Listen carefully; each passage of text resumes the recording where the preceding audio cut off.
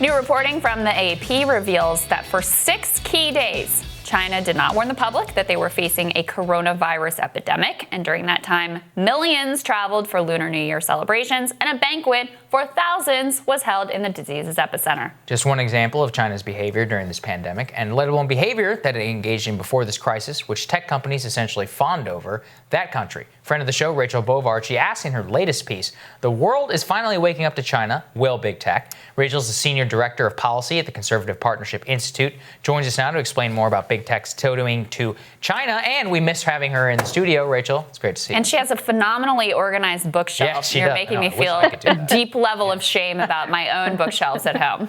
Yeah. Do I look smart? Do the books make me look smart? You do. Okay. Yes, you do. Well done.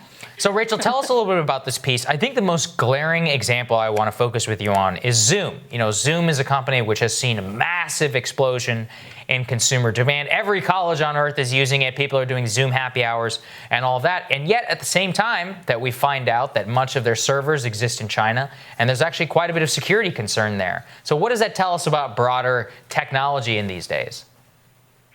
Yeah, this crisis has really unmasked tech's entanglement with China, which I think exists on a scale that most people aren't familiar with. I mean, Zoom sends all of their calls through China, all their data goes through China. Apple's encryption keys, so what unlocks all of their encrypted data, rests in China, along with a host of their manufacturing. They've been very complicit with the Chinese government in handing over data to the Chinese government when requested. And let's not forget, Google offered to build a censorship regime for the Chinese government. And Google, Apple, and even Amazon have been complicit in selling apps to the Chinese government that they've then used to suppress the Muslim minority in their country. So big tech in China, the history goes way back, and it's time to talk about it. Yeah, absolutely. I mean, it's frankly abhorrent behavior, and for them to overlook, you know, the human rights violations that in some cases they are actually participating in furthering is unbelievable. But how do you change that or expect better from these corporations when ultimately all they care about is serving shareholder interests and serving the bottom line?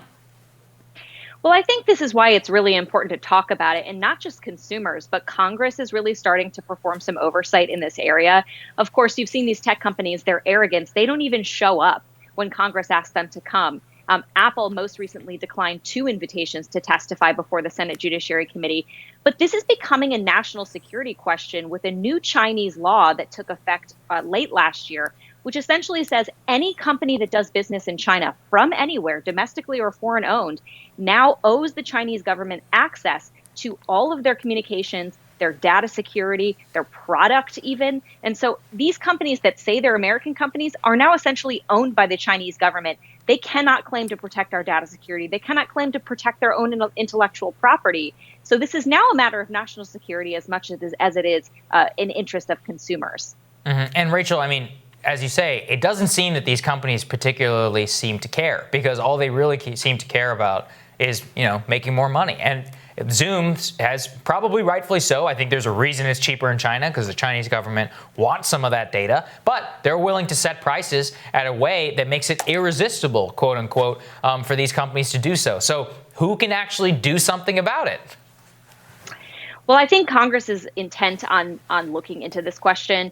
You've seen everybody from Lindsey Graham to Josh Hawley to Marco Rubio to Ted Cruz now interested in how big tech does business with China and what that means, not just for national security, but for the protection of the consumer. This is our data. And what the Chinese government intends to do with it is unknown. And these companies can no longer protect us. And so what does that mean from a national security standpoint, from a consumer safety standpoint? It's really important for consumers to understand what's going on here because China has all of your data, it turns out, whether you like it or not. Mm-hmm. What does the partisan landscape look like on this, Rachel? So you're seeing some bipartisan cooperation on this finally. Tech companies, I think, are waking up to the fact that Republicans actually do care about this. They hate it. Hence, case in point, they won't even show up when Republicans call them to testify. But you are seeing everybody from, like I said, Josh Hawley working with Richard Blumenthal, from a Democrat from Connecticut, on addressing some of these privacy concerns. Even more so now that Google and Apple are saying, hey, we want to track you if you have COVID-19. We want to know your location data, and we're going to share it with the government. You're seeing bipartisan cooperation on that as well. And it's about time.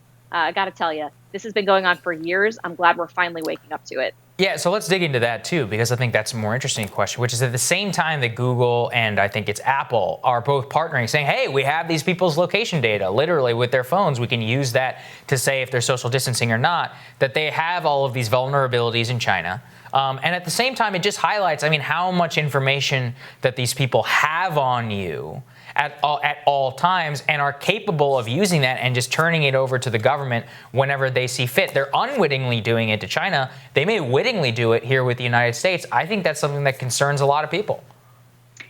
Yeah, it really has made clear how much data these companies collect and what they're willing to do with it. Now, they'll say, oh, it's anonymized data, it's aggregate data sets that they're turning over. But let's be clear, they have the very specific personal identifiable information on you that they can turn over to the government anytime they feel like it. The Snowden leaks made clear these companies had already thrown open the back door to the NSA anyway.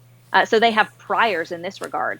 But I think a second element to this that's really going to need oversight is what these companies do with the data. If the government ever says, hey, we want you to use these apps, we want to do this contact tracing through Google, through Apple, will these companies then be allowed to profit off it with targeted advertising? Because again, that's how they make the bulk of their money. And it's unclear right now if the Bluetooth data they're using for voluntary tracking, if they aren't already sharing that with their ad tech stack. So we're in a whole new world here. Oversight is definitely needed.